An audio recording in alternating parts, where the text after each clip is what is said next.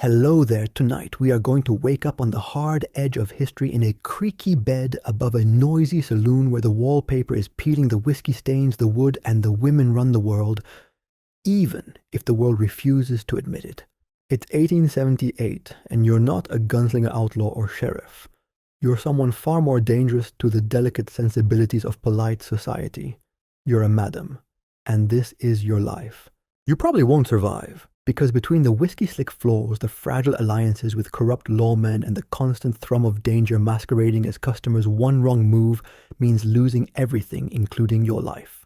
So before you get comfortable, take a moment to like the video and subscribe, but only if you really like what I do here. And hey, let me know in the comments, where in the world are you listening from, and what time is it to where you are? I love watching the sun go down across the globe in the chat. Now turn off the lights, maybe turn on the fan for some soothing noise, and let's get started tonight. You wake up to the sound of someone retuning the piano downstairs, slow flat notes played in uncertain patterns. The smell hits you next, last night's beer pipe, tobacco horse manure, wafting in through a thin cotton curtain, and that stubborn sweetness of cheap perfume. It's somehow both familiar and appalling, and it makes you wrinkle your nose the way you always do before remembering that this is your business. The room is barely wide enough to turn around in. A narrow iron bed, a trunk that's seen better days, and a chipped wash basin. The blanket on you used to be red back when it was new, but now it's the color of dried out cherries and feels about as soft. There are no sheets. Not in this place. You're barefoot, and the floorboards are splintered enough that even standing still is a calculated risk. You wince as you cross the floor, grabbing your wrapper and stepping to the basin. The water's cold, of course. You splash your face anyway. No mirror, no need. You know what you look like. You know the fine lines around your eyes and the set of your mouth that no longer smiles for free. You're Madame Catherine. This is your 7th year running the Silver Star, one of 3 brothels in town that are considered reputable, which, let's be honest, is a flexible term out here. Outside the door, the town is already humming. Miners heading to their shift, clanging hammers in the blacksmith shop, some fool shouting about fresh milk like that's ever been a reason to get up before sunrise. The piano downstairs keeps twanging like it's made of rubber bands. You sigh, reaching for your boots. Blisters again. You knew those pointed toes were a bad idea, but they're part of the costume. Velvet skirts, corsets, a smile that doesn't twitch unless you want it to. It's not about selling a fantasy.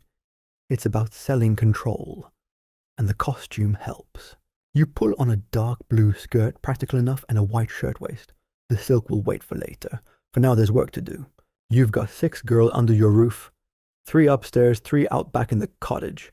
They work a shift's cover for each other, squabble over customers, and keep the business running. You're not their mother, but some days you're close. Other days you're the warden, the accountant, and the PR department all in one.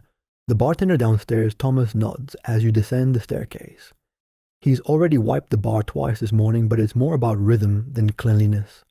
The place smells like yesterday, and will smell that way again tomorrow. Sawdust on the floor, mismatched chairs, and a cracked mirror behind the bar that pretends the room is bigger than it is. "Morning," Miss Catherine, Thomas says, using the name no one knows isn't yours. "Morning," you reply, scanning the room. No broken tables, no bloodstains, so far so good. You sit at the small desk in the corner. The ledgers are tucked in the bottom drawer, 1 real and 1 for the sheriff. The fake one shows modest earnings. The real one tells the truth. Last night was a payday for the mines, and that meant your girls were busy, and your bar was fuller than usual. You allow yourself 1 minute, just one, to savor the numbers. You're not rich, not by Denver standards, but out here you might as well be a baroness. Property, liquor license, regulars who call you ma'am even when they don't have to. But the money's not the only reason you're still here. Not entirely. There's power in what you do. Real hard-won power. In a world that won't let a woman open a bank account, you've got accounts in 3 towns. In a place where women need a man's name to own land, you've got deeds under a pseudonym and 3 notarized business contracts that say otherwise. Still, your stomach tightens as you think about what comes next. There's a new girl arriving today, a stagecoach from Carson City if the wheels didn't fall off again. You don't know her story yet, but you know what you'll see when she steps through the door. Pale face, hands clutched around a bag of everything she owns. Hunger, fear, and if you're lucky, just a little fight still left in her. You rise, stretching. Time to make the rounds. Check on the girls. Place the liquor order. And remind yourself that no matter how much power you've built, it can all disappear with one knife in the night, one drunk with a grudge, one shift in the town's mood. Your boots creak on the stairs as you climb back to the second floor. Down the hall, someone's humming. Someone else is still snoring. And just for a moment in the glow of morning light, the silver star feels almost peaceful. Almost. The desk drawer groans as you pull it open, revealing the twin ledgers, the one that would pass muster with the sheriff, and the one you actually care about. You lift the real book, thick and leather-bound, worn at the edges, and flip it open to last night's entries. The numbers are tidy penned in your deliberate script columns of whiskey sales, room rentals, drink commissions, and the cuts from each girl's earnings. You run your finger down the columns. Not bad. You'll need to reorder whiskey by Thursday, and the cigars are running low again. You tap the paper with the end of your pencil, then close the book, tucking it carefully beneath the false floor of the drawer where no one but you knows to look. The fake ledger sits on top, all neat and perfectly bland. Just enough business to look legitimate, but not enough to tempt a taxman or a crusading church lady. You let it sit open for a moment before shutting the drawer. Thomas glances over from the bar. Stagecoach still running behind. You nod. Wheel trouble outside Carson City. Our new girl will be late. Gives us time to clean. Not too much, you say with a half smile. Wouldn't want to spook her. You step into the back storage room, ducking beneath the low beams. The room smells of tobacco and old varnish. You run your eyes across the shelves, plenty of gin low on champagne. You'll need the real stuff soon. The mine's new foreman has been sniffing around, and he doesn't drink cheap. As you inventory, you hear the scratch of broom bristles upstairs. Good. Mary and Beth are already up. You told them last week they'd be responsible for keeping the upstairs halls tidy every Tuesday and Friday. They grumbled, of course, but they do it. They all do. Because you run a clean house and you pay fair, most of the time. Back through the saloon, you find Lucy helping herself to coffee. At 29, she's your oldest girl and the one who's lasted longest. She's smart, dresses well, and reads better than half of the men in town. We need more sugar, she says, sipping from a chipped porcelain cup. And lamp oil. You nod. Write it down. Thomas will head to the store later. She jots on the list beside the bar, pausing only to glance toward the dusty mirror behind her.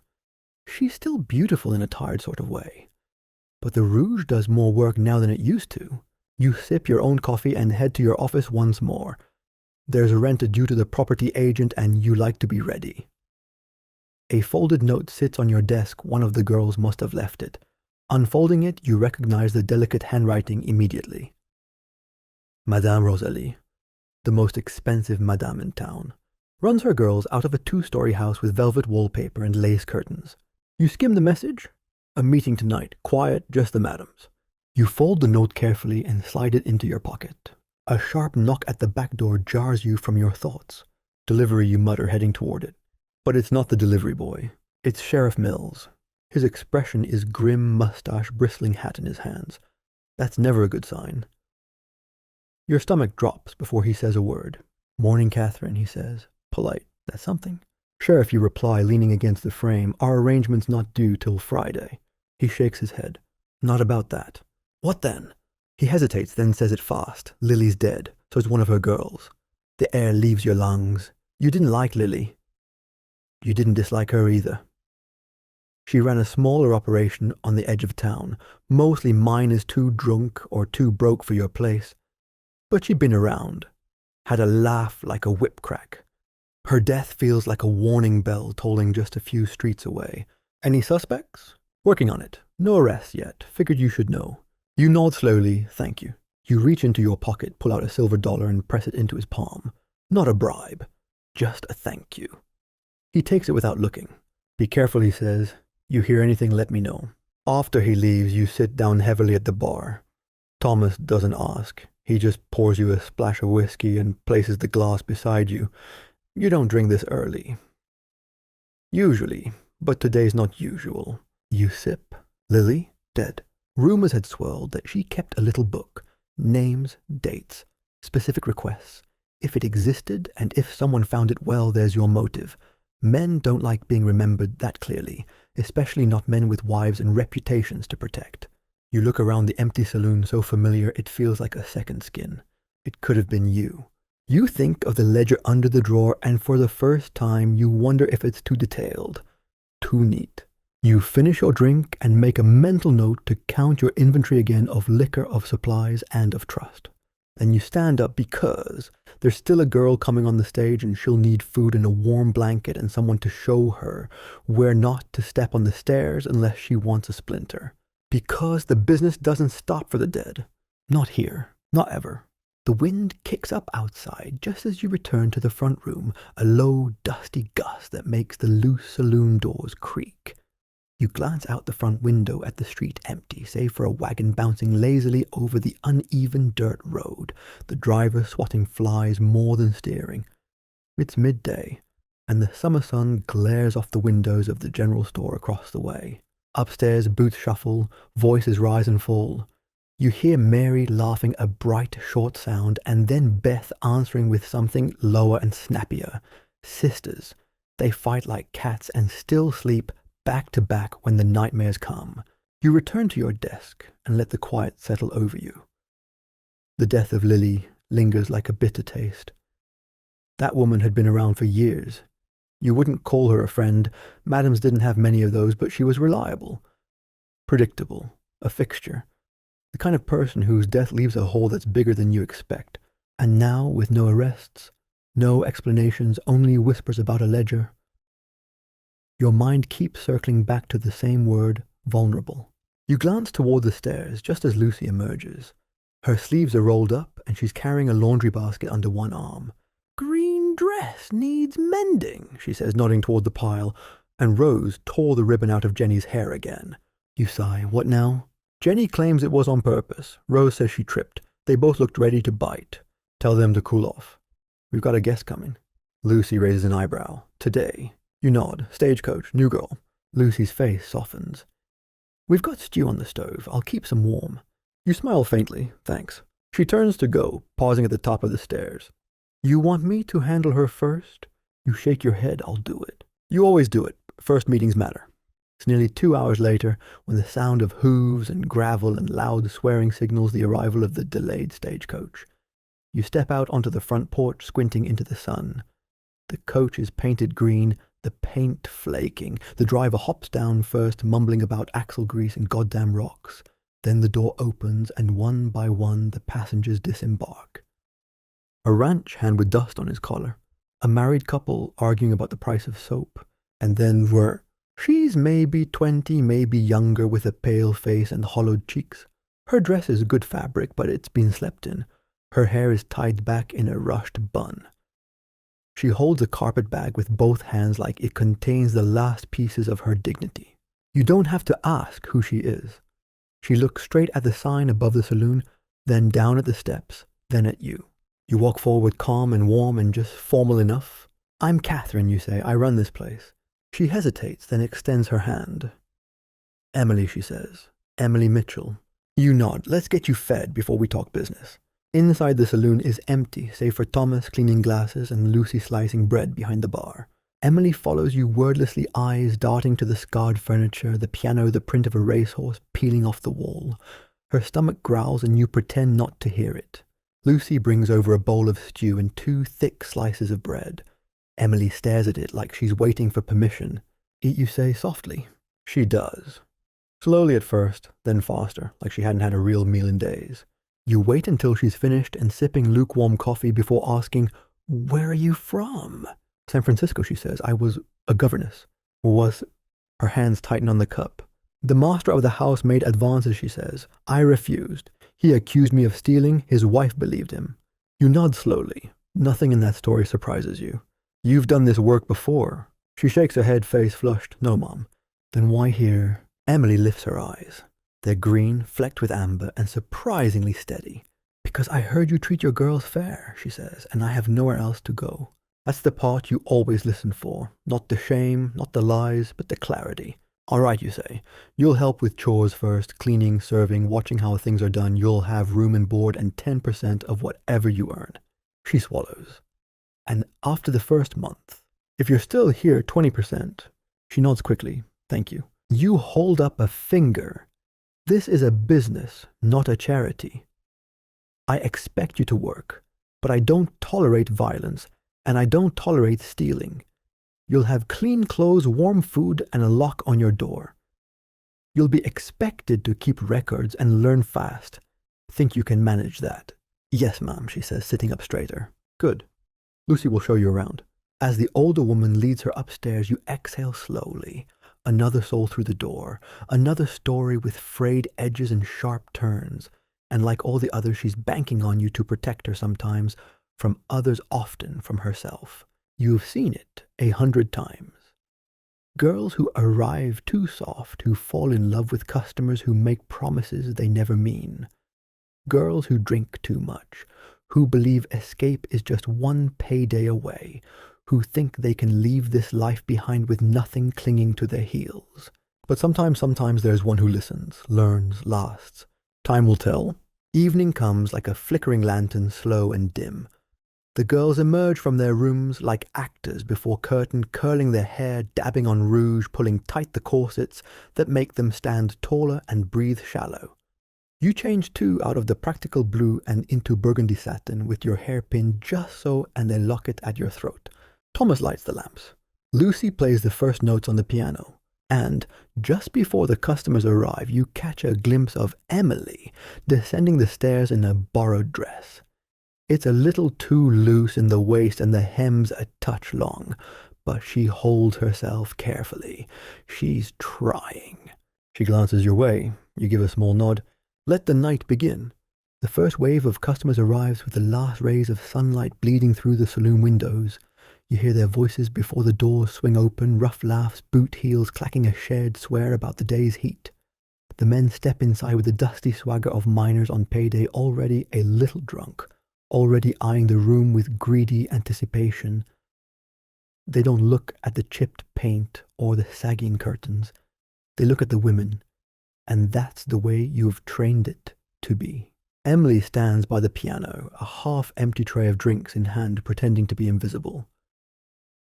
You've put her there on purpose, not in the action, but close enough to see it. She watches Mary flirt with a rancher twice her age, hears Beth laugh at a joke that isn't funny, sees how Lucy keeps her distance from a man who's had one too many, managing to charm without inviting.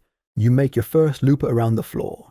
You always do this, a soft hello here, a hand on a shoulder there, answering questions with a smile and a tilt of the head. You greet the regulars, Mr. Lawson from the bank, who always asks for Lucy, but never stays long. Mr. Harper, a widower who pays for company just to talk. You also note the new faces. One young man with calluses and a nervous grin. Another with a mustache too confident for his age. The saloon fills gradually, like a pot set to simmer. You watch it carefully, feeling for the moment when the mood might boil over. The piano plays uncheerful but slow. The drink flows steadily. Behind the bar, Thomas keeps pace with quiet efficiency, wiping glasses with a towel that's cleaner than it looks. Somewhere around 9, you see Emily speaking with a man near the back, mid-30s, trim coat, hands clean. Not a miner, likely a store clerk or a traveling merchant. He smiles. She laughs the sound, brittle but brave. Then they both glance toward you. You nod once, permission granted. She leads him upstairs. You exhale softly. Her first time. Downstairs, you signal Lucy to keep an eye on things while you disappear into your office for a few minutes. You don't sit, you pace. You've seen girls fall apart after their first time. You've also seen them walk down those stairs 20 minutes later with a straight spine and something new behind their eyes. You hear footsteps returning. Emily walks into your office holding a few crumpled bills. You count them quickly, noting the amount in your ledger. Then you hand her back her portion. Not much, just enough to make her feel it. She doesn't say anything at first, just stands there, shoulders set, lips pressed thin. Everything all right, you ask quietly. She nods. He was polite. You nod back. That helps. She doesn't cry, doesn't smile. just quietly takes her money, folds it into a pocket, and walks back out to the floor. She's not broken. Not yet. The night stretches on. Laughter grows louder, then fades into the clinking of glasses and the low thrum of conversation. More dances, more transactions, more of the same. Until the saloon doors creak again, harder this time. 3 men walk in and the atmosphere tightens instantly. Trail dust on their clothes. Eyes scanning the room like they're measuring threats. One has a scar running from jaw to neck, another is built like a barrel, and the third carries a look that says he prefers silence and gets violent when he doesn't get it. You move toward them, slowly weaving through the tables with practiced grace. "Evening, gentlemen," you say, meeting the scarred man's eyes. "Welcome to the Silver Star. What can I offer you tonight?" He stares at you a beat too long. "Whiskey," he says. "And girls. Been on the trail 2 weeks." "Of course." You smile, gesturing toward Thomas. "You'll find our whiskey top shelf and the girls will be with you shortly. But your girls are already paired." Lucy's deep in conversation with a merchant from Carson City. Beth is upstairs. Mary is dancing with a customer.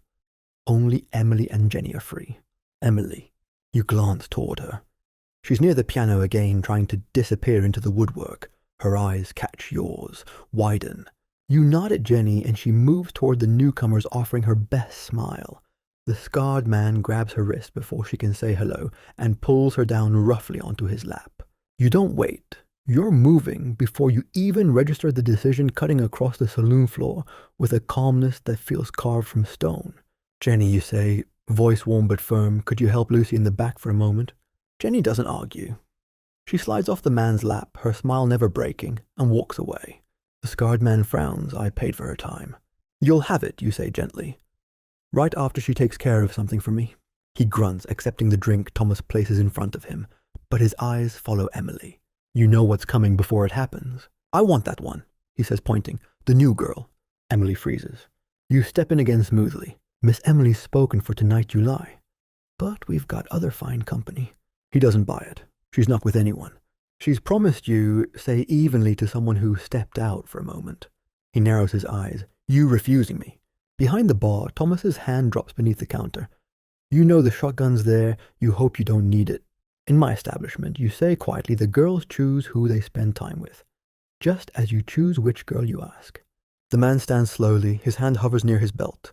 The entire room goes still, and then mercifully the saloon doors swing open again. Sheriff Mills steps inside 2 deputies at his side hand, already on his holster. "Evening, gentlemen," he says, casual as can be. "Heard there might be some trouble." The scarred man freezes, his friends straighten behind him. "No trouble," he mutters, "just a misunderstanding." "Good," the sheriff says, still behind his smile. "Town's had enough trouble this week." The men back away, hands in the air. They toss some coins on the table and walk out into the night eyes, never leaving yours. You exhale slowly. Later, as you close early by the sheriff's suggestion, you gather the girls. Emily lingers by your side, her hands trembling just a little. "Is this normal?" she asks. You nod once, often enough. She swallows. "I didn't think it'd be like this." Few do. She looks around at the quiet saloon, the abandoned glasses, the faint smell of sweat and sawdust. "I'm still here," she says softly. You look at her, really look, and you nod again. Good. Because staying is the first lesson, and surviving is the rest. You don't sleep well that night. Even after the last lamp is snuffed, the doors are bolted, and the final dish is cleared, your mind continues turning like the tumblers in a locked safe. The image of the scarred man's hand hovering near his pistol loops through your head over and over. What if the sheriff hadn't shown up? What if Thomas had been a second too slow? What if Emily had panicked? There are always 100 ways the night could have gone sideways, but it didn't, and that counts for something. You wake at dawn with your neck stiff and your back aching, still curled on the settee in your office.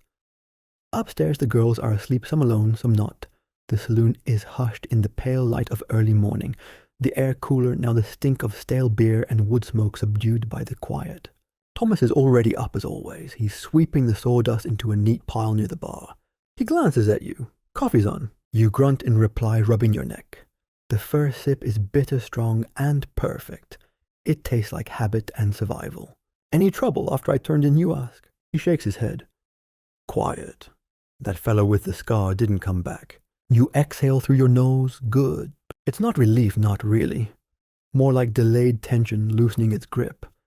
You know better than to assume danger passes just because it slips out the door once. Men like that hold grudges, and sometimes they return when no one's looking. You drink the rest of your coffee in silence. By late morning, the girls begin to stir. The first to appear is Lucy hair still damp from a quick wash, wearing a plain cotton dress and an expression that says she's already reviewed the entire prior night in her head. Emily emerges, neck slower, blinking at the sunlight like it's judging her. She carries herself with practiced caution, now not quite fear, but something near it. She nods to you across the room and joins the others for breakfast. Oatmeal bread, black coffee, no one complains. You're halfway through your second cup when there's a knock at the front door. Sharp, deliberate. Thomas pauses, glancing at you. You nod. I've got it. When you open the door, you're surprised to see a young deputy barely old enough to shave standing there, with a paper in his hand and his hat clutched respectfully against his chest. Morning, Mom, he says, nervous already. Sheriff sent me. Figured you'd want to know. He trails off. Out with it, you say, not unkindly. They found the man who killed Lily. Drummer passing through town, blood on his shirt, her brooch in his pocket. Claimed she laughed at him when he couldn't perform. You nod, not surprised. You've seen male pride curdle into violence before. It's practically part of the job description out here. There'll be a trial, you ask, already knowing the answer. The deputy frowns. Tried to escape this morning. Sheriff shot him. And that's that. You thank him, close the door, lock it again. Then you sit back down at your desk, letting the weight of it settle into your spine. One more man dead, one more woman gone, and the world spins on like nothing happened. When Lucy joins you behind the bar a few minutes later, she reads your expression instantly. Trouble. You shake your head, no more than usual. You tell her what happened. She listens quietly, then says, should I tell the girls? You consider it, then nod. Just keep it simple. No need for details. Just let them know it's handled. She's gone a moment later, and you're left to your thoughts again. This business, this life, isn't just about coin and corsets. It's about judgment. About knowing what to tell and what to withhold. About when to let the truth through and when to keep the walls up. You've seen what happens when madams let things fester. Rumors spread. Fear takes root. A scared house is a fragile house, and a fragile house cracks under pressure. By midday, things settle into routine. Emily helps clean the glasses, her movements still tentative but more sure than yesterday. Mary and Beth scrub the floors, arguing softly about something involving perfume and a stolen customer. Rose lingers near the stairs, already in a mood again. You make a mental note to check in with her later. Then there's another knock at the door, this one softer, slower. You open it to find a boy, maybe 10, holding out an envelope like it's made of glass. Lady at Madame Rosalie's said to bring this straight to you, he says. You hand him a coin and take the letter. Inside, in Rosalie's perfect slanted handwriting, a man matching the description of one of the scarred fellow's companions was asking around town this morning, asking about the fancy house with the uppity madam. You read it twice, then fold it carefully and tuck it into your apron. So it's not over. Not yet. You look around the saloon, sunlight cutting across dusty tables, oil lamps still cold, and empty girls moving about like the night before never happened. You've kept them safe so far, but now you'll need to do more. You could close for the night. You could call in favors, hire protection, send a message, but that would mean fear one. You decide instead on a middle path. You speak to Thomas first. Tonight, you say you stay close to the door. Anyone comes in looking like trouble, you turn them away. And keep the shotgun loaded. He nods once. No questions, that's why he's still here. Then you speak to the girls individually, one by one. Calm voices. No drama, just facts. One of the men from the other night is asking questions. If they see him, they're to let you know. Immediately, no exceptions.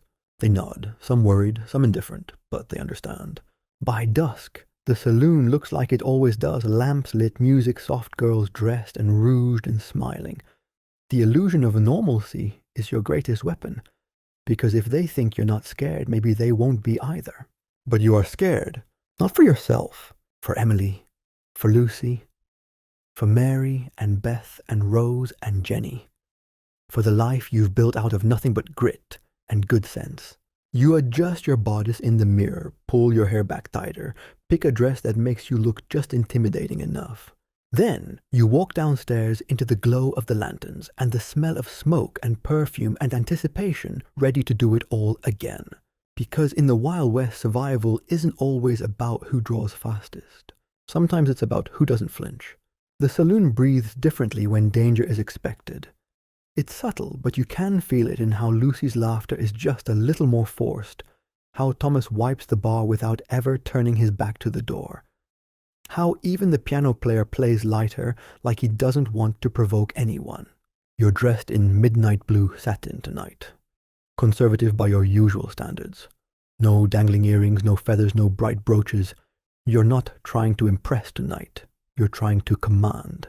Emily comes down the stairs last. Her dress is simple but flattering pale blue with lace at the cuffs. Lucy helped her pin up her hair, and it shows.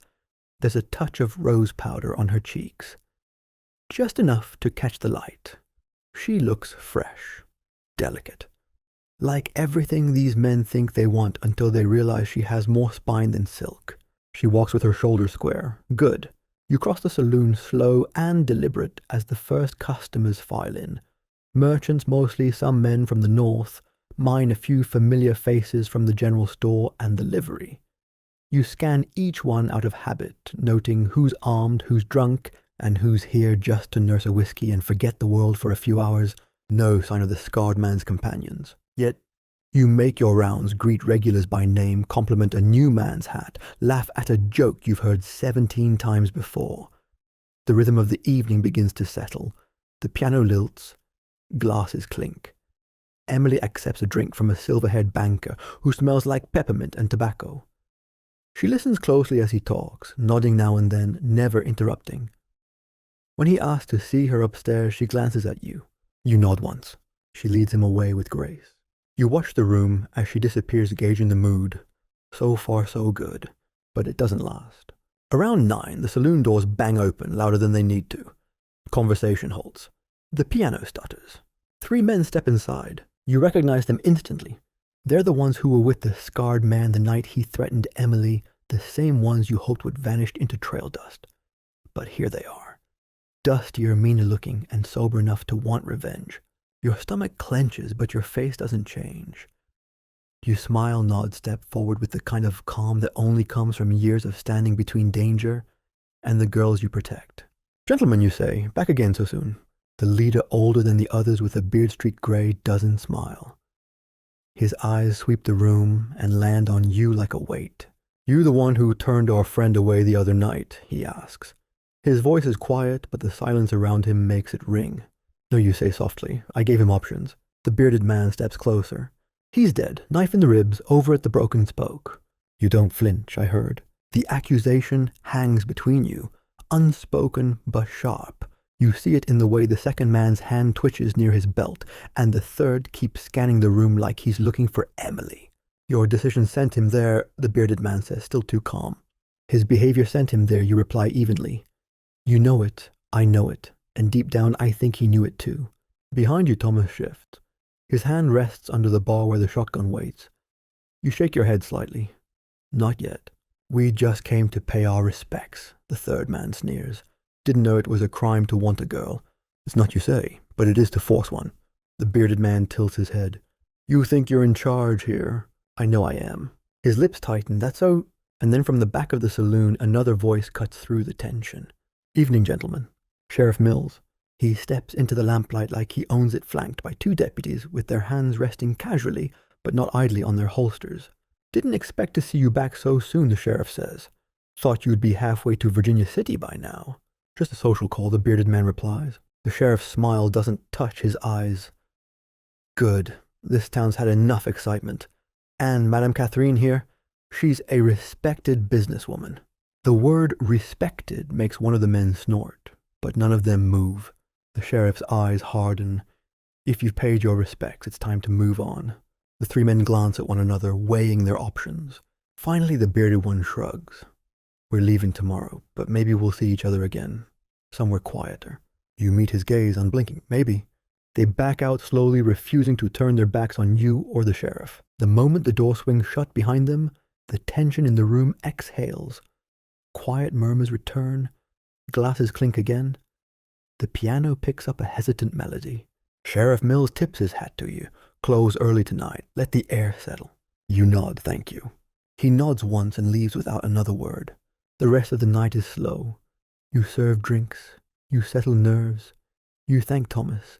You check on Emily, who returns from upstairs with money folded tightly in her hand and a blank expression on her face. You okay? You ask gently. She nods. He was kind.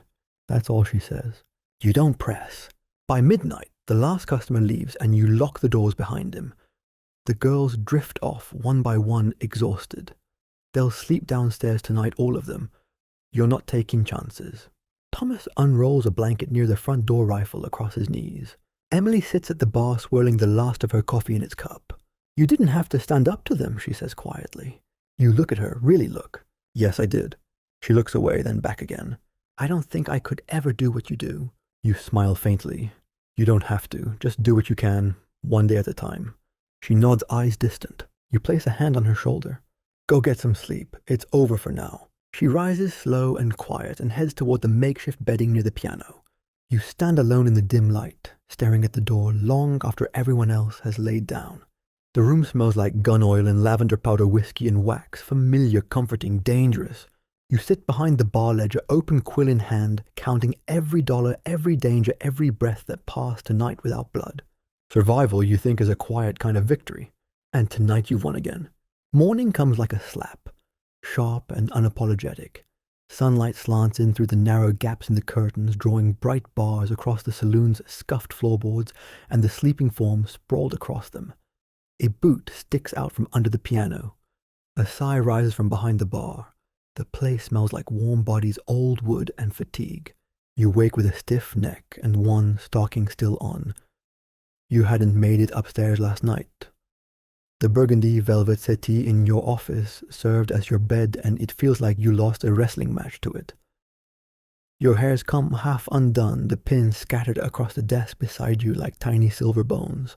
Outside you hear the clatter of a wagon passing and the rhythmic ring of the blacksmith's hammer. The town is already waking up. So must you. You pull on a navy skirt and button up a blouse that doesn't itch. Something plain. No need for silk when the only audience is the hangover and the bookkeeping. You find Thomas still dozing on his stool by the front door, rifle across his knees, head tilted forward at an angle that will surely hurt when he stirs. You touch his shoulder lightly. Morning, you say. He startles slightly, then relaxes when he sees it's just you. Still breathing, he mutters. That's something. You offer him a wry smile. We'll take it. By the time Lucy appears from behind the bar, yawning and wrapped in a quilt, the coffee's already brewing. She says nothing at first, just pours a mug and sips like her life depends on it, which in a way it does.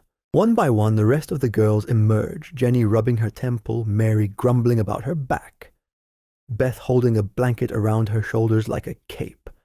Emily is the last to appear. Her dress, wrinkled hair, undone, eyes tired but steady. You gather them all near the stove while Thomas begins sweeping the dust from last night's drama. There's word, you say, that the men from last night have left town. Sheriff confirmed they boarded the eastbound stage this morning. A collective exhale. Are we safe now, Jenny asks. For now, you answer. But keep alert. No solo walks, no back alley detours, no midnight goodbyes with customers unless you clear it with me first. They nod. Some murmur assent. Others just return to their mugs. Emily sits quietly at one of the side tables, cradling her coffee. You make your way over. How'd you sleep, you ask, pulling out a chair. Better than I thought I would, she says. Then after a pause, thank you for keeping us safe. You study her face, less pale today, less timid. There's a quiet in her now, but it's not weakness. It's resolve. Do you regret coming, you ask? She looks down at the coffee, then up again. No. Good, you say, and mean it. You leave her to eat and slip into your office. It's time for the books. You pull the real ledger from beneath the false drawer panel. The numbers soothe you like a litany. Last night brought in more than expected despite the early close. A strange truth about Saloon's drama cells. People are drawn to heat like moths. They'll return tonight buzzing with curiosity. You'll need to be ready. As you're finishing your tally, Lucy knocks softly and steps inside. We've got a visitor, she says. Dr. Harrison? Of course, the monthly examinations. You nod. Bring him back. He's already setting up in your small office by the time you clear the desk. Dr. Harrison is an older man, grey at the temples, eyes sharp behind gold-rimmed spectacles. He doesn't speak much. He doesn't have to. He's one of the few physicians in the region willing to examine sporting women without charging extortionate fees or wagging a moral finger. He checks the girls one by one, discreet professional fast. You watch from the corner as each enters and leaves some with barely a word. It's routine now. No one enjoys it, but they know it's necessary. When it's Emily's turn, you expect hesitation. But she surprises you. She straightens her shoulders and walks in like she's going to church. When she exits, her face is pink but composed. Dr. Harrison closes his bag and nods at you. She's healthy, he says. No signs of previous activity. And the others are fine as well. Tell Lucy to drink more water, though. You nod, press his payment into his palm, and see him out the back. You keep the visits quiet. There's no need for the town wives to know he stops by. His reputation stays intact. Your girls stay safe. The rest of the day hums along. Linens are laundered. Dresses are mended. The new whiskey shipment arrives on the afternoon stage along with a crate of lemons and a letter from a former girl who moved to Sacramento and now claimed to be engaged to a hotel clerk. You let yourself believe it. Evening rolls in on a breeze thick with dust and the smell of horses. You change into a deep green gown silk from 3 years ago, but still flattering. You add pearl earrings from a customer who ran out of cash one night and tried to pay in sentiment. It worked. Downstairs, the piano is warming up again. Thomas polishes glasses, Lucy fluffs the curtains. The girls emerge one by one transformed. Makeup satin lace. Posture straightened. Smiles rehearsed. Even Rose, still bruised from her fight with Jenny 2 days prior, wears a violet dress and a face that says, "Try me." Emily appears last. Her dress is pale blue, again fitted better now, her hair twisted up with 2 soft curls framing her face. She walks a little taller. "Will I do?" she asks, turning slowly. You nod. "You'll do." The doors open, the first wave arrives. Miners, ranchers, a traveling salesman. Familiar faces and new ones all drawn by the same promise escape. You watch from behind the bar as Emily takes her place on the floor. She flirts with ease now, still soft-spoken but confident. When a customer gestures toward the stairs, she glances at you. You nod. She takes his arm and leads him up. An hour later, she returns, coins in her hand, expression calm. You count the bills, hand her a share. She pockets it without hesitation. "How was it?" you ask softly. "Routine," she says with a small shrug. You nod once. She walks back to the floor. She's adapting. And you are proud. It's strange, perhaps, to feel pride in this profession. The world wouldn't understand. The church women who cross the street to avoid your glance. The politicians who smile in secret and scorn in public. The wives who pretend not to see the boots under their husbands' beds. But pride nonetheless. Because what you've built here isn't just a business. It's protection. It's power. It's a world where women watch each other's backs, where secrets are currency and survival is a nightly performance. And Emily, she's learning to play her part. Tomorrow may bring more trouble, or it may not. But tonight the saloon is full, the piano sings, and the ledger grows fatter with each pour of watered-down whiskey.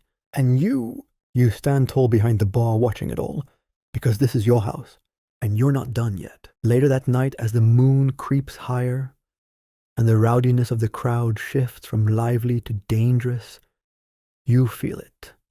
That almost imperceptible shift in the air like the flicker of a candle just before it goes out. You've run this house long enough to read the saloon's rhythm like a heartbeat. The music gets a little sharper, the laughter grows a little too loud, and the stories, well, they stretch into lies that men start to believe about themselves. You're at your desk, in the corner ledger open, counting tonight's coin by lamplight. It's not bad. Better than most midweek evenings. You tally whiskey sales room rentals, drink commissions for the girls, each figure flowing neatly into the next like a dance. Your pen scratches softly across the page, adding one line after another to the growing pile of order in a world otherwise ruled by chaos. Then you hear it laughter that doesn't belong, not joyful, not drunk, sharp, ugly. You look up. Across the saloon, Rose is at a table with a man too well dressed for the mines and too smug to be harmless. His vest is embroidered with silver thread, and he's got one hand wrapped around Rose's wrist in a way that makes her forced smile stretch too tight. Lucy notices too, and she flicks her eyes toward you. Silent signal. You move, smooth as ever. Evening, you say, as you approach, your voice honey-sweet but unmistakably firm. Rosemary's looking for you. Something about a torn petticoat. Rose rises instantly, barely masking her relief. The man's hand tightens for a second, just long enough to send a message before he lets go. She'll be back in a bit, you say, slipping between him and the rest of the room like a curtain being drawn. In the meantime, I'm happy to offer you a drink on the house. He narrows his eyes. I paid for her time. And you'll have the full value in good whiskey instead, you reply smoothly. We aim to please. You signal to Thomas, who brings over the drink with his usual quiet efficiency. The man glares but takes the glass. That's fine. Let him glare. By the time he's halfway through it, Jenny, confident, clever Jenny, slips into Rose's place with a smile that disarms. She knows how to manage these types. You give her a quick nod. She's got it from here. This is what you do night after night. You move the pieces on the board, redirect threats, defuse bombs before they go off, and always with a smile that doesn't crack. Behind you, the piano keeps playing. The room returns to its pulse. You find Rose in the hallway near the stairs, breathing heavily. She doesn't speak right away, just rubs her wrist where the man grabbed her. I'm sorry, she says at last. You have nothing to be sorry for. She hesitates. I broke a rule, letting him touch before I got approval. You shake your head. He reached first, you reacted. But I should have walked away, like you taught us. You study her for a long moment. Sometimes you say quietly you don't see it coming until it's already in your lap. She nods, eyes glassy but dry. Go lie down. You're off for the rest of the night. She looks like she wants to protest, but she's smart enough not to. She vanishes into her room, the door clicking shut behind her. You return to the saloon just in time to catch Emily's exit from the upstairs hallway. She's guiding a merchant back toward the main floor. His hair's mussed, his coat inside out. He looks like he got his money's worth and then some. Emily spots you and walks over with a handful of bills. Evening's going well, she says a bit breathlessly. You count the notes, nod approvingly, and pass her share back. Anyone give you trouble? She shakes her head. No. Actually, he asked if he could see me again next week. Said I reminded him of his late wife. You arch a brow. Good reminder or bad? She laughs, a genuine sound this time. Good, I think. He tipped like he was grieving. You smile at her, then lower your voice. Don't get attached. Her face sobers. I won't. But the way she says it tells you she already knows what that line feels like when it blurs. Still, she's learning. By 1 a.m, the saloon begins to empty. The diehards remain men with more liquor than liver and no place to be in the morning. You let them stay as long as they stay seated and civil. You retreat to your desk again, rolling your shoulders, stretching your neck. The candle burns low beside you, casting flickering shadows across the ledger. The numbers tonight are solid. After payroll supplies and the sheriff's envelope on Friday, you will still have a decent surplus. Enough to fix the warped step out front. Maybe even replace the broken mirror behind the bar. Then you spot Lucy approaching with that look, the one that says something's up. What is it? She leans close, voice barely above a whisper. There's a girl. Came in the back, says Bessie sent her. You blink. Bessie, Lucy nods. Says she's looking for safer work. Heard we treat our girls better. That's unexpected.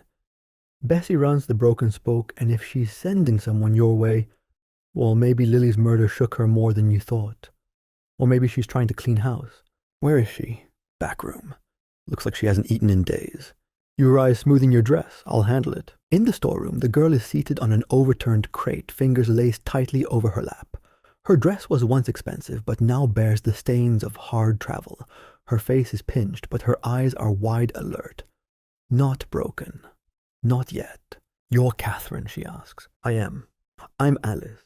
You nod once, sit across from her, and begin the same routine you've repeated so many times. Why here? She tells you. A husband lost in a mine collapse. Work that dried up. A cousin who suggested dancing, but not this kind of dancing.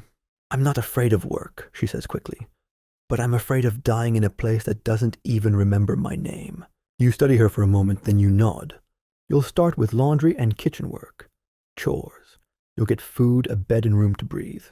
Then we'll talk about the rest. Her face breaks into the barest grateful smile. Thank you. You shake your head. Don't thank me yet. As you show her to the cot in the back room and leave Lucy with instructions to fetch bread and a fresh towel, you feel it again. That mixture of heaviness and hope. You've saved one more, for now. The rest of the night passes quietly. Thomas locks the door after the last drunk stumbles out. The girls retreat to their rooms, some with coin in their corsets, some with stories they'll never tell. All of them safe. You sit at your desk one last time, tally the evening, fold the notes, hide the ledger. The candle's gone to a stub. Your bones ache. But your house still stands. And that's no small thing. Not here, not now, not in the Wild West. The next day begins with the slow drag of exhaustion, heavy in your limbs. You've slept a little barely. The cot in your office still has the shape of your hips in it, and your shoulders feel like someone hammered them flat during the night. But when you open your eyes to the creaking of the floorboards and the sound of someone sweeping upstairs, you're already in motion. Downstairs, Thomas is restocking the bar with bottles from the cellar. His back's to you, but he hears your footsteps and calls coffee's hot. You don't answer. Just walk behind the counter, pour yourself a tin cup, and take the first long, bitter sip like it's medicine. Any word from our whiskey supplier, you ask? Shipments arriving on tomorrow's stage, paid extra for faster delivery. You nod. You're running low on the good stuff, anything beyond watered-down rye. And when men pay full price, they expect more than the taste of sawdust and regret. Whiskey might be your single most reliable profit stream. That and illusion. Any trouble after I went up, you add, glancing toward the front windows. Nope. Place stayed quiet. The regulars didn't even linger. You let out a small sigh. The scarred man's friends haven't come back, but that doesn't mean they won't. Word travels slow when it's cheap, fast when it's sharp. You retreat to your desk and begin checking over the previous night's accounts, scanning each figure by candlelight. You're halfway through reconciling drink tickets with cash collected when the front door opens. Not the girls. They note to use the back entrance during daylight. Sheriff Mills steps in, doffing his hat. His mustache is less kempt than usual, his eyes shadowed with tired calculation. Something's off. Catherine, he says with a nod, his voice low. You motion to the chair across from your desk. What can I do for you, Sheriff? He sits slowly, places his hat on his knee. Had trouble over at the broken spoke. Your stomach knots, but you keep your face still. What kind? Man dead, stabbed. You pause. Was it one of them? Scar on his jaw, tall, the one who wanted your new girl. You say nothing. Let the moment stretch until he adds killed by one of Bessie's girls. Self-defense, she says. He got rough. Wouldn't take no. You sit back, the image forming in your mind, the man's hand tightening on some girl's arm just like it had on Rose. But Bessie's house doesn't intervene the way yours does. They wait until it's too late, if they do anything at all. Will there be a trial, you ask, though you already know? Mills shrugs. Doubt it. Bessie paid the fine for disturbing the peace, and nobody's grieving the man. You nod. That's how justice works out here. Quietly. With a shrug and a payment under the table. But it's not over. You know it isn't. The others, his friends, might still be in town or close enough to cause trouble. You sent him there, the sheriff says after a moment. After refusing him. You raise your eyebrows, tone turning to steel. I offered him an alternative. I didn't draw his knife. Mills holds up his hand. Not accusing, just trying to understand the chain of events. And give you a warning, which is sometimes it's safer to handle the bad ones in your own house, where you've got control, rather than sending them somewhere they might do worse. The words sit there between you like a bone thrown on the table. You lean forward. That man threatened one of my girls. He said he wanted her. I don't keep girls who can't say no, and I don't reward men who don't hear it. The sheriff looks away, rubs a spot behind his ear. I'm not disagreeing, he says. Just giving you the lay of things. Word's out now. If his friends come sniffing around, you might want to be ready. He rises, puts his hat back on. We'll keep an eye out. You nod once. That's all you can ask for. After he's gone, you sit in silence. The ledger still open, but your pen has gone still. That man is dead. And it could have happened here just as easily. To Emily, to Rose, to any of the girls who smile when they'd rather scream. This life is always perched on the edge of violence. Not just from customers, but from the world. From the men who hold office and hold grudges. From the women who sneer in church, but whose husbands pass through your door when the sun goes down. You rise and walk upstairs. The girls are waking slowly, stretching, braiding hair, splashing cold water on tired faces. You speak to each of them individually, quiet, firm, steady. Another man's dead, you tell them. One of the three from the other night. You wait for the panic. It doesn't come. Just tight nods, the clenching of jaws, the straightening of spines. Be alert, you continue. Don't go out alone. Don't make assumptions. And don't let any man back you into a corner. They nod and then go back to their routines. You pause by Emily's door last. She's already dressed, her hair brushed back, eyes still bruised with fatigue. When you tell her the news, she just blinks. Because of me, she asks. No, you say firmly. Because of himself. Because he thought he was owed something. Because he couldn't accept that we're not things to be taken. She doesn't look convinced, but she nods. Will his friends come back? Possibly, but we'll be ready. You glance around the hallway. The paint is peeling. The wallpaper was once elegant, but this house has held through worse, and it'll hold again. Downstairs, Lucy is already organizing breakfast. The stove gives off the warm, yeasty scent of porridge and frying flour. Mary and Beth bicker over who used whose ribbon. Jenny is mending a stocking with hands steadier than most surgeons. Life continues. Around mid-afternoon, a delivery boy arrives with a note folded and sealed with wax. You break it open. Madame Rosalie's handwriting again. Saw one of the other two asking around town about the blue-eyed girl at the Silver Star. Thought you should know. You fold the paper, tuck it in your pocket. This time there's no panic, no wave of fear, just a slow settling. You call Thomas over and hand him a second shotgun from behind the bar. Not that he needs instruction, but it sends a message. You also give Lucy a task, tell the girls we'll be closing early tonight. Not for fear, for caution. Controlled retreat is not the same as surrender. You don't plan to be caught off guard again. Evening arrives without fanfare. The lamps are lit. The piano begins its soft arpeggios. The girls dress, but not in their best. Tonight isn't for seduction, it's for presence. You don your dark burgundy gown, the one that makes you look taller than you are. You pin your hair up tight. Around your thigh, under the folds of satin, you strap a small pistol. It's not elegant, but it works. The girls see the change. They don't ask. They just adjust. Emily chooses a high-collared dress. Rose keeps her boots on. Jenny walks the floor, with a hand always touching a surface ready to steady herself or strike. The customers who do arrive tonight are quiet, respectful. Perhaps they've heard the rumors, or perhaps they just feel it in the room. Attention. A warning. You serve drinks, but limit the pour. You chat, but keep the conversation short. You count every heartbeat, and all the while you wait for the door to open. For the next test. Because that's what this life is, a series of tests, and you've passed everyone so far. But you know better than to think you'll never stumble. All you can do is prepare. And protect what's yours. The door swings open just before 9. The noise in the saloon thins like someone turned down the volume. Conversations fade, the piano slips into a hesitant pause, and the girls stop mid-step. You don't need to look up. You already know. 3 men. 2 you recognize immediately, the last of the trio from before. Trail-worn, armed, and no longer hiding the malice that has been simmering just beneath their skin. Their eyes scan the room, not for drink, not for music, not for pleasure, but for retribution. The third man is new, younger, but he carries himself like someone desperate to prove something. Maybe to the others, maybe to himself. Your heart doesn't race, it sinks. Then it settles heavy and cold into your stomach.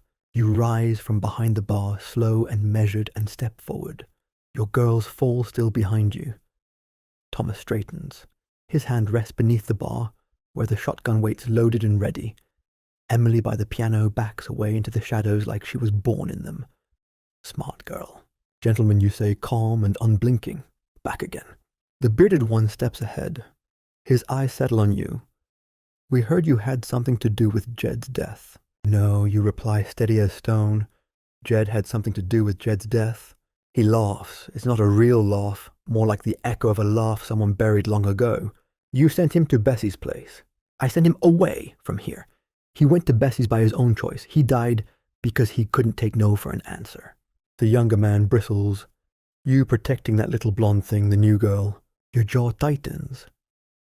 You hear Emily's breath catch across the room. You don't turn to her. You don't need to. You feel her fear like a second skin. I protect all my girls, you say. Even the ones who cause trouble, he asks, tone rising. She didn't cause trouble, you reply. Your friend did. The room is a wire stretched tight. You take a step forward. You've said your piece, now leave. The bearded man's smile dies. We're not done here. Then from behind him, a voice cuts through the tension like a blade. Yes, you are. Sheriff Mills. Again. This time, he doesn't come alone. 2 deputies stand behind him, hands on pistols, and beside them, to your surprise, stands Madame Rosalie, her midnight dress trailing behind her like smoke chin, held high mouth curved in a blade's edge of disdain. The bearded man turns. This ain't your business, Sheriff. It is if you're threatening a legal establishment, Mill says. And it is definitely my business if you're about to cause harm in my town. This ain't harm, the young man growls. It's justice. Rosalie steps forward. Justice, she says, her voice like frost. You think threatening women will settle what your friend did. The youngest man reaches for his belt. Too late. Thomas pulls the shotgun from under the bar with a smoothness that's almost beautiful. Sheriff Mills draws at the same time. So do his deputies. 3 barrels, 1 moment. The younger man freezes. You take one more step toward any woman in this room, the sheriff says, and you won't take another anywhere else. The silence is thick enough to chew. Finally, the bearded man holds up a hand. We're leaving. Not until you hand over your weapons, Mills says. The younger man snarls, but the bearded one glares at him until slowly, reluctantly, they unbuckle their belts and drop their weapons onto the saloon floor. Pick them up, Mills tells one of his deputies. As the men are led out of the room, Rosalie catches your eye and nods just once. You nod back, and just like that, the room exhales. The piano player rubs his eyes. Someone laughs nervously, but it counts. Emily presses herself against the wall, still pale but upright. You turn to Thomas. Lock the doors. We're closed for the night. The girls gather behind you, huddling close. They don't speak, not at first. Then Lucy says what they're all thinking. What now? You take a long breath. Let it fill you. Let it settle. We let the town cool off, you say, and we remind it we're not prey. They nod. You point to Jenny and Mary. Get the extra blankets. We're staying downstairs again. Thomas sleep near the door. Then you walk to Emily, who hasn't moved. Come on, you say gently. She follows you back to the office where you pour her a drink, not whiskey. Tea, just barely sweet. She holds the cup with both hands like it's the only thing keeping her grounded. They were going to kill me, she says quietly. You don't argue, because they were. But you stopped them.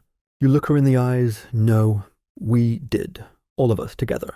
She doesn't cry. Not now, maybe not ever, but her throat works as she swallows. What if they come back? They won't, you say, and if they do, we'll be ready. Her fingers tighten around the cup. You place a hand over hers. You're still here, you whisper. That's what matters. You leave her to rest. Back in the saloon, the girls have made nests out of blankets and spare pillows. Lucy is already asleep. Rose and Jenny whisper softly. Beth is curled near the piano. Mary stares at the ceiling. You walk through the room like a mother, checking her children. Each breath, each heartbeat accounted for. Then you return to your desk, open the ledger, and begin to write. Tonight's earnings low. Tonight's victory priceless. Outside, the wind brushes against the window panes like a memory. The street is silent. The sheriff stands watch outside for 1 more hour before he tips his hat and disappears into the night. You sit quietly, and for the first time in days you allow yourself to breathe all the way out. You survived. Again. Not by accident, not by mercy, but by power. Tomorrow will come with its own troubles, but tonight you have peace. And in this world peace is gold. You rise with the sun the next morning, long before the girls stir. The saloon is quiet, the air still thick with the musk of lamp oil and dreams not quite chased away. You move softly, careful not to wake the ones still sleeping on blankets and curled beneath coats. Rose mumbles something unintelligible from behind the bar. Jenny's arm hangs off the edge of a chaise like she's trying to hold onto the night. In your office, you change into a plain skirt and linen blouse. Your green dress from last night hangs on the hook, still carrying the scent of sweat gunpowder and tension. You ignore it for now. Coffee brews in the back. Thomas, ever reliable, has already stoked the fire and filled the kettle. His eyes meet yours when you enter the kitchen. "We made it," he says, voice low. For now you reply, accepting the mug he holds out. You drink in silence, watching the sunlight stretch across the wooden floorboards. Every part of your body aches. You can feel the stress in your shoulders, the tightness in your back. But there's no room for fragility. Not here. Not in your line of work. "Girls will sleep late," Thomas says, like he's reading your thoughts. "They've earned it." He nods. By mid-morning, Lucy stirs first. Then Mary and Beth bickering gently over who kicked who in the night. Emily appears last, her hair loose down her back cheeks, flushed from sleep. She walks straight to you. "I had a dream," she says simply. "I was standing on a cliff, and below me was the whole town. But when I looked back, there was no one behind me." You study her face. "Did you jump?" "No," she says, "but I wanted to." You nod. "Hold on a little longer." She does. After breakfast, oatmeal, leftover bread, and weak tea, you gather the girls in the main room. It's time for rules. Not just reminders, but reinforcements. "You all know how close things came last night," you begin. "And you also know we won't always have the sheriff nearby." The room quiets. Even the piano player, half asleep in the corner, sits up. That's why we have rules. Not to make life harder, but to keep you breathing. You pause to let that settle in. No going upstairs with drunk men. Ever. No one leaves the building without permission. And no inviting customers behind the bar or into private rooms that aren't part of the agreement. You have a problem. You come to me or Lucy immediately. You see them nodding, some solemn, some just out of habit. Any fighting between girls will get you docked for the week. You continue, eyes flicking to Rose and Jenny. And if anyone's caught stealing from customers or each other, you're out. You look to Emily. She nods. "These aren't suggestions," you finish. "They're survival." Silence. Then Lucy speaks up. "Do we need to start hiring extra men security?" You think about it. Hiring muscle would cost more than you'd like. But after last night, maybe it's time. "Not yet," you say. "But we keep our options open." Jenny raises her hand like she's back in school. "What about the sheriff? Can we trust him?" You exhale. "Trust no, but we can work with him, and that's enough." After the meeting, the girls return to their rooms, relieved to be out of the spotlight. You take Emily aside again. "You did well last night," you say. "I was scared. Being scared and still showing up, that's the job." She smiles. It's a small one, but it's real. In the afternoon, the new shipment arrives: whiskey, tobacco lamp oil, and a small box of chocolate you hadn't ordered, but don't question. Probably a supplier trying to curry favor. You tuck the sweets away for a night when the girls need cheering. You and Thomas restock the bar together. He keeps looking toward the windows. "You expecting someone?" you ask. "Just watching." Feels like there's still a storm hanging over the street. He's not wrong. Word about the showdown has likely spread. Half the town probably thinks your place is cursed. The other half thinks it's blessed. Both are dangerous in their own way. That evening the saloon opens like nothing ever happened. But everything's different. The regulars return, some cautious, some brazen, a few emboldened by the tales of what happened here. They drink slower, talk quieter, watch the girls with more reverence than lust. Even the piano player seems to sense the shift. His melodies are softer, dreamier. Less honky-tonk, more ballroom. Emily dances with a young miner who blushes when she touches his arm. Lucy flirts with an older gentleman who pays to talk more than to touch. Mary and Beth take turns pretending to like the same rancher who can't tell them apart. Business, as they say, resumes. And you make your rounds like always. You welcome each man, listen to his stories, accept his compliments, and offer him drinks he doesn't need, and a sense of comfort he'll pay for gladly. But your mind is elsewhere. You're watching the door, still waiting. Because that's the trick, isn't it? You survive one night and then you keep surviving. You wait for the next threat, the next storm, the next knife hidden in the folds of someone's charm. Around midnight, Emily approaches, cheeks flushed, a few bills clutched in her hand. "Second best night I've had so far," she says, smiling. "Is that good?" "It's better than most," you reply. Then she says something that stops you cold. I think I'm starting to like it here. You don't answer right away, because you know what she means. It's not the work, it's not the men, it's not even the money. It's the routine, the power, the belonging. And you worry for her just a little. Because this place has a way of turning women into statues, beautiful, admired, and stuck. You place a hand on her shoulder. Just don't forget where you are, you say. She nods. I won't. And maybe she won't. But you've seen what happens when the girls start to think they found something close to home. They let their guard down. They fall in love. They start imagining exits. Or worse, they stop imagining them altogether. And you've stopped imagining yours. Not because you've given up, but because you've accepted that for now this is your empire. However small, however fragile. The night ends quietly. No slammed doors, no raised voices, just tired footsteps and coin counting and the familiar hush of women slipping back into their quieter selves. You sit behind your desk with the ledger open. The numbers are strong, but tonight what matters more is the calm, the sense for the first time in weeks that you've regained some control. You close the book, lock it away, blow out the final lamp, and let your body rest against the chair. Outside the wind is rising again, but inside the saloon sleeps the and you, Madame Catherine, watch over it still. The next morning arrives without drama. No knocks at the door, no blood on the stoop, no rumors sneaking in through whispers or sideways glances. Just sunlight, bright, steady, and a little too early. It spills through the cracks in the shutters and warms the wood of the floorboards that creak like old bones when you walk across them. For once you allow yourself a slow start. You pour a mug of coffee strong enough to wake the dead and drink it alone at the bar. Outside the town is already stretching his limbs. Wagons rattle past, boots stomp through dust. Someone shouts something about soap being back in stock. The world turns on indifferent as ever. By midday the girls have roused. They flutter into the common rooms like mourning doves in corsets, loose hair petticoats half asleep but murmuring with gossip and questions and dreams from the night before. Lucy enters the kitchen first, of course, already buttoned into a modest dress and tightening her apron. Should we open tonight, she asks. We never closed, you reply. She smiles. Feels like we should have. That afternoon you said to repairs. The stairs to the upstairs rooms have grown dangerously loose. On the third step, a heel trap you've been meaning to fix for weeks. With Thomas's help, you strip the tread, reset the nails, and reinforce the beams.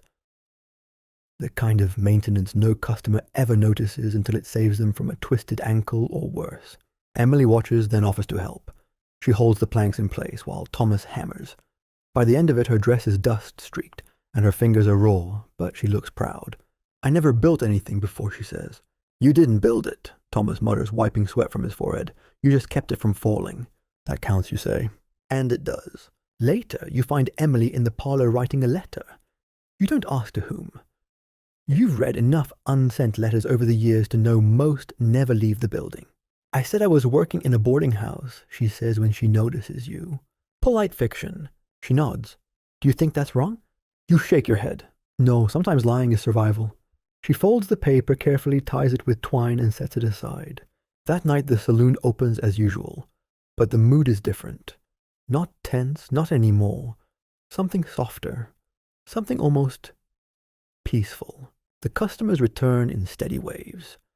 A few newcomers, yes, but mostly familiar faces. They drink, they dance, they flirt with your girls who now move with the confidence of women who know how to hold their ground and read a man's intentions before he even opens his mouth. Jenny teaches Rose how to mix a proper gin sour. Mary and Beth spend 20 minutes trying to harmonize on an old folk tune, then collapse in laughter when they fail. Emily dances with a man who wears a banker's vest and speaks in careful, polished tones.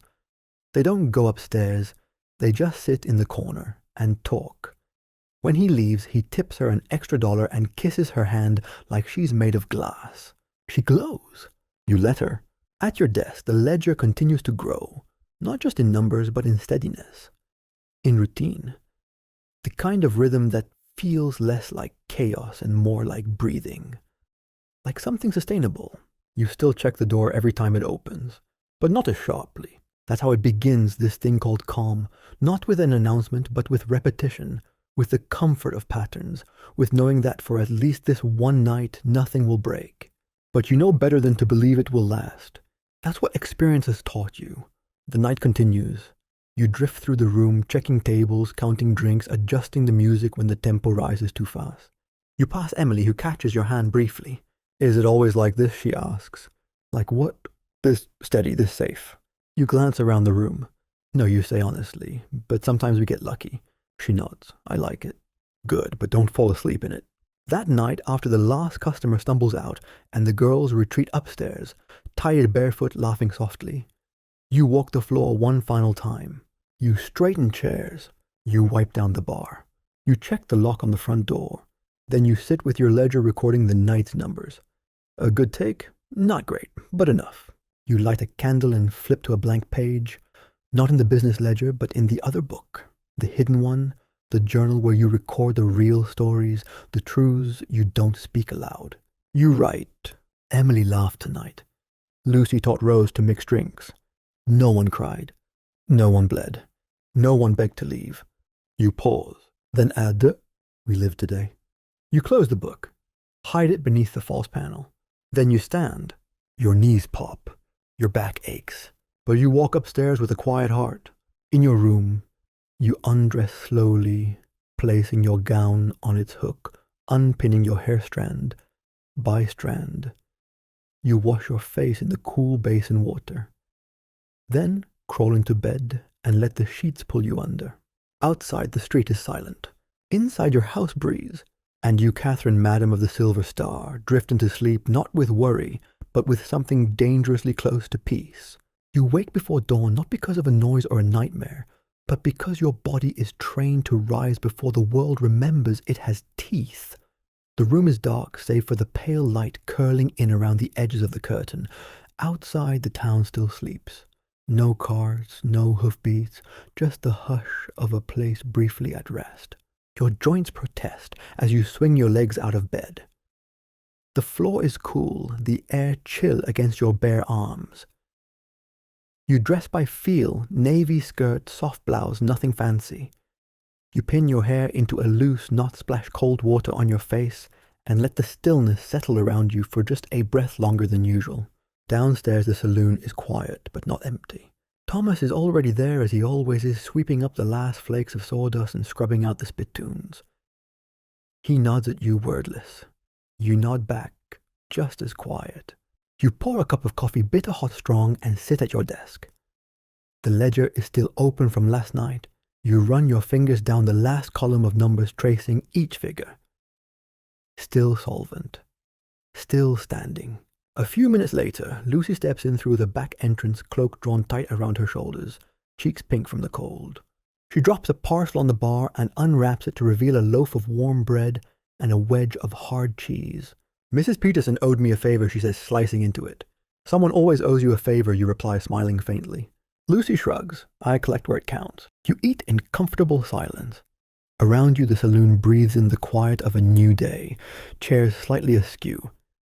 Empty glasses forgotten behind a curtain, a single earring tucked behind a candle. You finish your meal, sip the last of your coffee, and then begin the routine that sustains the empire. Notes to the supplier, counting the coin from the locked box, inspecting the upstairs rooms for torn lace, broken springs, or anything else a paying customer might sniff out and sneer at. By mid-morning, the girls begin to emerge. Mary and Beth, as always, bickering gently over something meaningless this time about who used up the last of the perfume. Jenny follows, humming a tune that doesn't belong in a place like this, but feels right anyway. Rose appears at last, her eyes still dark, but her mood lighter than it's been in days. Then Emily steps into the room. She's dressed in a light cream blouse, hair braided back from her face. There's something different in her now.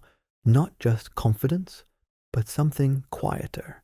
A kind of calm that only comes from walking through fire and realizing you didn't burn. You nod to her. She nods back. No words needed. As the day unfolds, the usual tasks keep hands busy and minds occupied. The girls mend gowns, polish boots, take inventory of powders and scents. You overhear Lucy showing Emily how to reinforce the toe of a dance shoe with a folded strip of fabric. You hear laughter, the good kind. You sit back at your desk and start flipping through your letters, the ones from the dry goods supplier, the one from Rosalie, confirming the next Madame's meeting, and a new one. This one's unfamiliar, addressed simply to Madame Catherine. Inside the writing is cramped awkward. A young man's hand, perhaps. It reads, "My sister was here, I think. Emily Mitchell. If she's with you, tell her our mother passed. I'm sorry. I hope she's safe. If she's not with you, I guess I'll never know." Oh, Samuel Mitchell. You stare at the letter for a long while, feeling its quiet ache. You walk over to Emily, who's folding linens near the back room. "This came today, you say, offering the envelope." She reads it quickly, and her hands go still. "I didn't expect to hear from him," she says at last. "We weren't close, but thank you." You hesitate.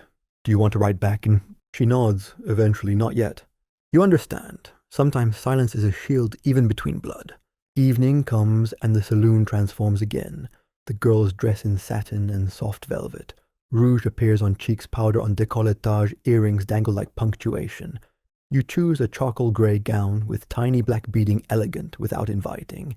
The piano man returns with a tune in his bones and dust on his cuffs. He sits and begins to play, and just like that, the world begins again. The customers are familiar tonight. Merchants, ranchers, a young clerk from the post office who blushes when Lucy calls him darling. There's a calmness to it all, earned hard-fought and slightly surreal. No one is watching the door anymore. No one flinches at laughter. You let yourself lean against the bar for a moment and breathe. Then near midnight, something unexpected happens. A man walks in tall, well-dressed and clean-shaven. He moves with purpose but not menace. His boots are polished. His jacket is pressed. He asks for Emily. The room quiets just slightly. Emily, who had been clearing glasses, freezes. You step in. "She's not for sale tonight," you say, voice like steel wrapped in velvet. The man removes his hat, looks at you with something between respect and regret. "I'm not here for that," he says. "I'm here to say thank you. She once tutored my son back in San Francisco. When she disappeared, he cried for weeks. I heard she was alive. I just wanted to see her." You glance at Emily. Her face has gone pale, but she nods. Let him speak. You step back. The man walks over, leans down, and says something only she can hear. She listens. Her hand covers her mouth. Her shoulders shake, but she doesn't cry. Then, just as quickly as he came, the man tips his hat, says nothing more, and leaves. The door closes behind him like a page being turned. Emily stands there motionless. You walk over. "You all right?" She nods, then laughs softly. "I think I just remembered who I used to be." You place a hand on her shoulder. "Who you were, you say, isn't gone. She's just grown teeth." She smiles. The rest of the night floats by. Gentle music, slow conversations, a calm that feels earned, not accidental. Later, as the lamps dim and the floor is swept, you catch Emily alone, staring at the empty stage where the piano sits. "You thinking of leaving, you ask?" She shakes her head. "Not yet. But someday." "Someday," she says. "Maybe." You nod. "Then let me know when you do. I'll help." She looks at you, eyes soft. "Why?" You smile. "Because someone should." 2 weeks pass, quiet ones. Which, in your line of work, feels like a kind of miracle. There's a rhythm to everything now. Not just the clinking of glasses or the lazy sway of piano notes, but the way your house breathes, the way your girls move through the saloon like dancers hitting their marks, the way customers settle into chairs without testing the rules anymore, because they've learned. This place isn't like the others. This place bites back. You've noticed that even the sheriff has grown more deferential. His visits are fewer, shorter, and he no longer bothers pretending he's just here to keep the peace. He knows he's not in control of this room. You are. And maybe, just maybe, the town is starting to see that too. One morning, as you sip your coffee and sort through supply orders, Lucy appears at your elbow. "Got a letter?" You look up. She holds out a neatly folded paper. The seal's been broken.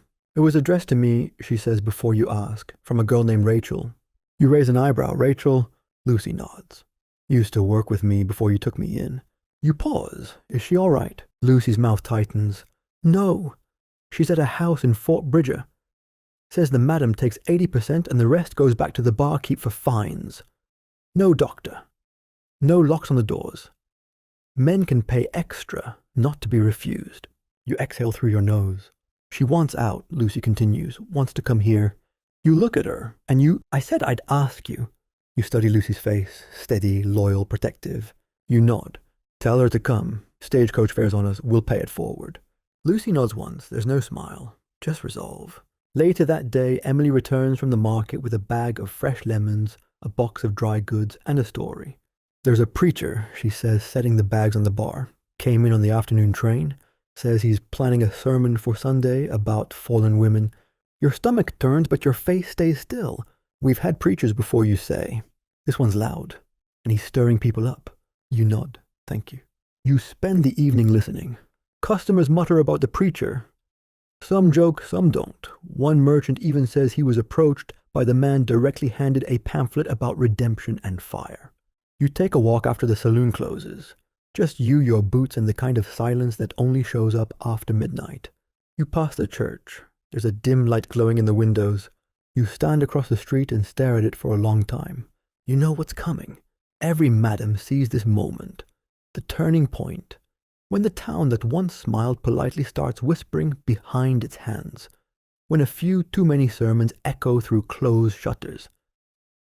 When respectable wives pretend not to know where their husbands go and then punish the women they find when they do, back at the Silver Star, you find Emily still awake, sitting at the piano, fingers idly playing half-remembered hymns. You ever miss it, you ask? She shrugs. I miss quiet. I miss clean sheets that don't smell like bourbon. I miss being seen as a person. You sit beside her. You are a person. Don't ever doubt that. She looks at you. So are you. The next day, the preacher makes his move. He marches down Main Street with a Bible in one hand and a crowd behind him. Not large, but loud. Mostly women. A few shopkeepers. One man you recognize from your saloon. He's drunk there more nights than not. Today he's red-faced, shouting about salvation. You stand in the doorway of your building, arms crossed calm as stone. The preacher points at you. Your soul is already damned, he bellows, but your girls can still be saved. Inside, your girls gather near the windows. Rose curses under her breath. Beth looks like she might cry. You hold up a hand. No one responds, not one word. The preacher's sermon ends. The crowd disperses, some quickly, some reluctantly. You go back inside, shut the door, lock it. Then you gather the girls in the common room. This won't last, you tell them. He'll move on. They always do. But what if he doesn't, Emily asks. Then we outlast him. That night, business is slower. Only a few customers, but the ones who come in tip generously and drink slowly. It's their way of saying we're still with you. One leaves a note tucked beneath his glass. You deserve better than this town's memory. You don't know who wrote it. You don't need to. A few days later, Rosalie visits. She arrives in a cloud of lavender perfume and disdain. Another one, she says, seating herself at your table. Another man with fire in his eyes and damnation on his breath. They come, they scream, they leave, but they always take someone down with them. You nod. You worried? No, she says, but I'm tired. Aren't you? You smile, always. She pours herself a drink without asking and sips slowly. Denver's opening up, she says. A new hotel, some quiet neighborhoods. I've got a cousin looking for investors. Property, a clean start. You raise an eyebrow. Are you offering me an exit? She shrugs. I'm saying there might be other ways to live. You sit with that for a long time. Later, after she's gone, you walk the saloon once more. You check the bar, the rooms, the locks. You pass each girl's door, each one closed, but behind each breathing laughter sleep. You reach your own room last, and wonder for the first time in years what it would be like to leave this behind. Not because you're afraid, but because you've finally proven you can stay. And maybe that's enough. The wind changes. Not the kind you feel on your skin, but the quieter sort. Political, social, spiritual. The kind that rustles behind church doors and sways curtains on second-story windows, where respectable wives watch the street and whisper to each other in tones just soft enough not to be overheard. A week after the preacher's march, the town holds a meeting, not at the saloon. Of course not, at the town hall. The notice was posted on the bulletin board outside the general store. A few of your girls saw it while shopping for soap and coffee. It reads, "A conversation on morality and public decency." You know what that means. You've read this script before. It means someone, maybe a few someones, are starting to wonder if they can get rid of you. You don't panic. You don't flinch. You get ready. At your next meeting with the madams, you bring it up. Rosalie already heard. So did Harriet. Sarah Jenkins didn't attend, but she sent a note. Let me know when to duck. You all sit in Rosalie's parlor, sipping weak wine and speaking in low voices. They want us to disappear, Rosalie says. They always have you reply. We're just more inconvenient now. Too visible, Harriet adds. Too successful. You all agree to a plan. Less unified rates, unified rules, unified resistance. No undercutting each other. No fleeing town and leaving the rest exposed. If one of you is pushed, all of you push back. Because if there's one thing these town fathers fear more than sin, it's solidarity. Back at the Silver Star, you begin preparations. Quiet ones. You make sure all the paperwork is current. You speak to the sheriff, not asking for protection, just reminding him who keeps his brother's debts quiet. You inspect the lockboxes, check your accounts. You even dig out the deed you've kept hidden for years, the one with your alias neatly typed beside proprietor. Then you speak to your girls, not in a speech, not in some tearful moment, but one by one. You remind Rose to keep a blade tucked into her boot. You ask Beth if she's still practicing her reading. You pull Emily aside. She's stronger now, straighter. There's a fire in her spine that wasn't there before. I may need to leave you tell her. Not now, not yet. But maybe soon. She swallows. Leave the star. You nod.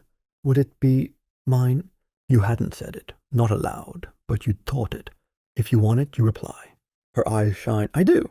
You place a hand on her shoulder. Then pay attention, watch, learn everything. You already know more than you think. The next few nights are uneventful. No protests. No vandalism. No angry sermons echoing through the street. Just waiting.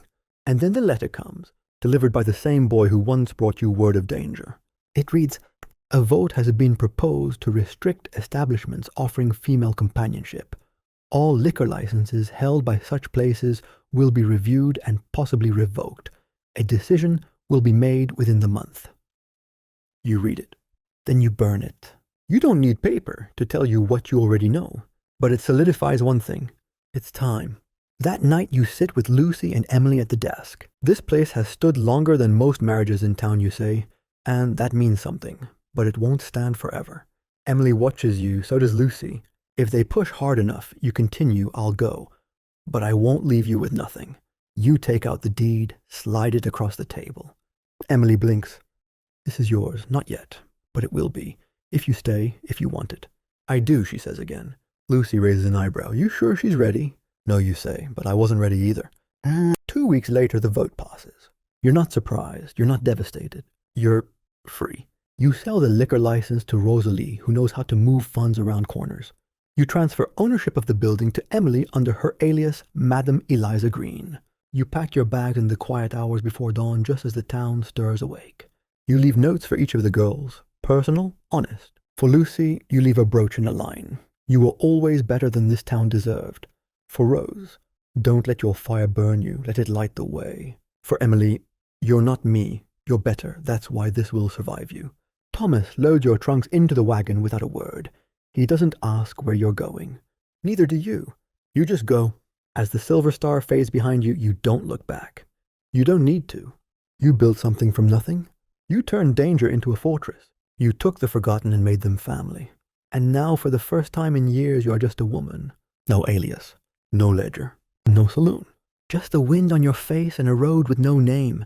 And now, dear listener, let your mind drift gently, like the dust over a quiet frontier town. Picture a warm wind sighing through cottonwood trees, the soft clinking of glasses after closing time, and the fading notes of an off-key piano echoing through dim lantern light. These saloons were more than just dens of pleasure or sin. They were fortresses carved by women out of a world that offered them almost nothing. Madames like Catherine, strong, strategic, endlessly adaptable, took the scraps society gave them and spun them into something lasting. They were accountants and peacekeepers, mothers and managers, warriors and women who had to smile when the world wanted to spit. They endured men who felt entitled towns that looked away, in daylight laws that shifted like sand. And still they created order. They protected their own. They made something like home for the forgotten. Maybe you see them differently now, not as shadows in the corners of history, but as its quiet backbone. For every town that grew, for every street that thrived, there was a woman like Catherine behind a door you were never supposed to knock on. But you did. And now you know. So let the night cradle you. Let your breath deepen. Let sleep wrap itself around you like a velvet curtain. because you've traveled far tonight into another time, another life. And here in this gentle moment, you're safe.